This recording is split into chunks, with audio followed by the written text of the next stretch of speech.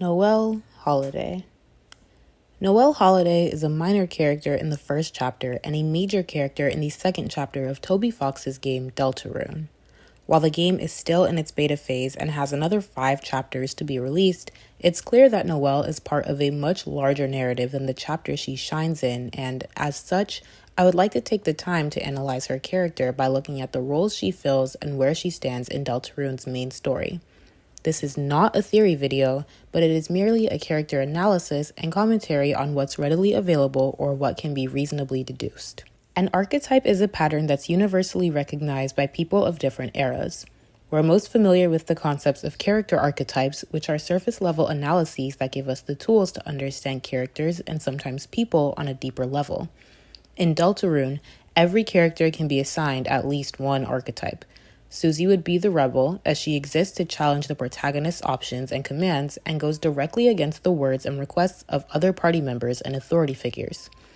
Realsies could be considered the magician or caregiver, what with those literally being his role in the party, to teach spells and to heal. Chris, the main character, is perhaps best regarded as the hero or even the explorer. Because so little is known about Chris's motivations outside of our direct control of them, it's hard to say exactly where they lie. All of this considered, where does it leave Noelle Holiday? Noelle Holiday best fits the archetypes of the everyman and the innocent.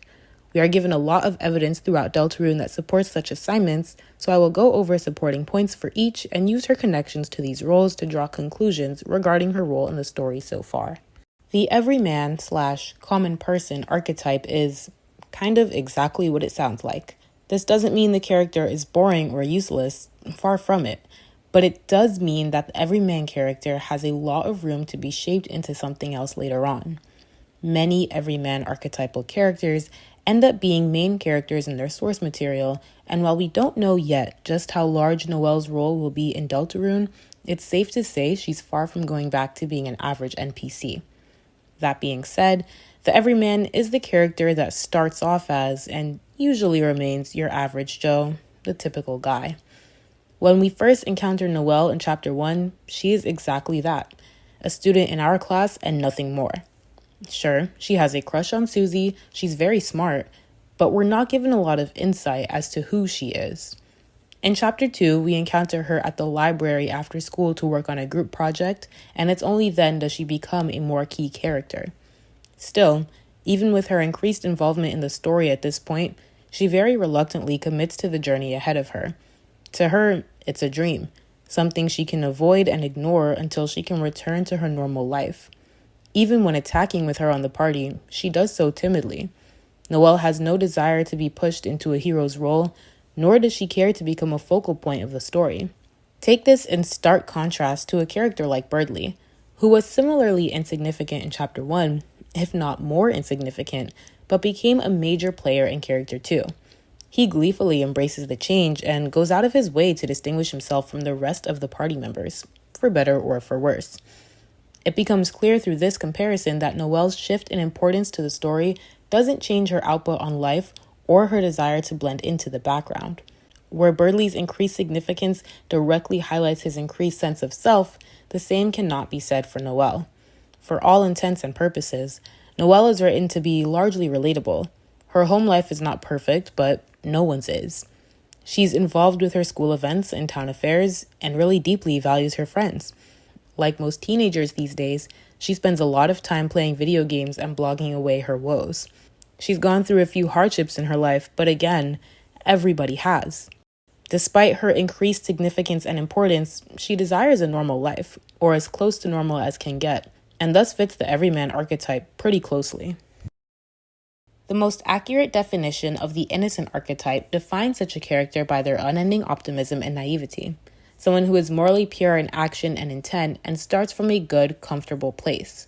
For a character described as the innocent, this is usually the starting point for them, as they stay innocent and vulnerable until a singular event radically alters their world, opening their eyes to a reality that was either blissfully ignored before or did not impact them until now. More on that later. Noelle's personality, as listed on the Deltarune wiki, can be described as friendly and cheerful, but also very timid, becoming more brave and less fearful from Chapter 2. It's almost exactly parallel with the innocent archetype, and I'd like to point out some examples that make this characterization of her more concrete. First, one of the most glaring examples of what Noelle is supposed to represent is the heavy symbolism associated with her character. Her name, Noelle, meaning Christmas, literally Christmas holiday, is intended to evoke imagery of a joyous, peaceful, innocent time of year. Our cultural connotations around Christmas time often associate the holiday with childlike innocence and joy, and this is exactly what Noelle is meant to represent in all her appearances thus far. We can also look closer at her attire in Chapter 2, where she dons a white robe, not at all dissimilar from what we see in depictions of angels, who are another strong symbol of purity and childlike innocence. Noelle is also referred to by multiple NPCs as Angel, which only calls for further leaning into this point. The association with Noelle and angels and Christmas time is intentional, meaning it stands to reason that associating her with archetypal innocence is a reasonable conclusion to draw just from the symbolism alone. Previously discussed was her fearful tendencies, how she's easily scared and often finds herself unable to stand up for herself. She's described even by her own father as defenseless, and again in Chapter 2 we see her timid and unsure nature shine through. Her attack animations in a standard playthrough depict her as easily frightened, vulnerable, and unsure, and the same is true for many of her dialogue options. These characteristics are most heavily associated with characters who take on the innocent archetype, and Noelle embodying them only strengthens the case. It's no shock that she would take on these traits, since we as an audience can reason that she has lived a very insular life thus far. Noelle has lived snugly within the gates of hometown her whole life, has more experience with video games and blogging than a physical reality, and generally does not get out much. Her lack of experience in a real-world setting leaves her vulnerable in any unfamiliar environment, which would be anywhere, naivety getting the best of her. But remember how the innocent archetype is comprised of two major halves. A character will stay innocent and vulnerable until a singular event radically alters their world. We briefly touched on it earlier when discussing Noelle in the context of the everyman, but Noelle shifts from a minor character to a pretty big deal once Chapter 2 enters the conversation. Around this same time is when said singular event, or rather, a series of tightly connected events, takes place. Once Noelle is transported into the cyber world alongside main characters Chris and Susie, as well as the previously mentioned Birdly, we start to see a character evolution for her. She remains innocent, convincing herself the events of the game are all just a dream, losing herself in the fantasy. Even once the cyberworld exploration is over and the party members return to the real world, Noelle stays firmly planted in her dream theory. So, where's the shift? Well, after going through such life-altering events, dream or not, Noelle finally gathers the courage to talk to her crush. Having gained some experience in her otherwise sheltered life, she was finally given the confidence boost required to face the world head-on, to do it scared. But that's not really the last of it. See, as mentioned before, Noelle perfectly embodies both phases of the innocent archetype, and the second half is only more evident upon completion of Chapter 2's Snowgrave route, analogous to Undertale's Genocide route and otherwise named Weird, Wrong Save, or Massacre route. This singular event, being forced to make decisions she doesn't want to, being forced to fight, forced to kill one of her friends, breaks the illusion for her, shatters the dream theory, robs her of her innocence. Try as she might to forget it and move on, to maintain her innocence even if it was holding her back, when she's confronted with physical proof that what she encountered was real, Noelle is left with no choice but to proceed in the face of fear. So she does it. She does it scared, but something in her is changed irrevocably. The innocence that formed her character up until this point has been stolen. Now, plagued with questions about the world around her, anxieties surrounding the state of her family, her friends, what does this all mean for Noelle? Forced out of her innocence and no longer able to sit back in the shadows like the everyman, where is she left to go? There have been a lot of theories about what Noelle's character is meant to represent in the grander scheme of Deltarune's story. Is she the angel from the prophecy? Is she the knight, the one wreaking havoc and destruction upon the world without even knowing? Is she the final boss, the hidden twist at the end? Try as one might, and people have tried, there is no saying for sure.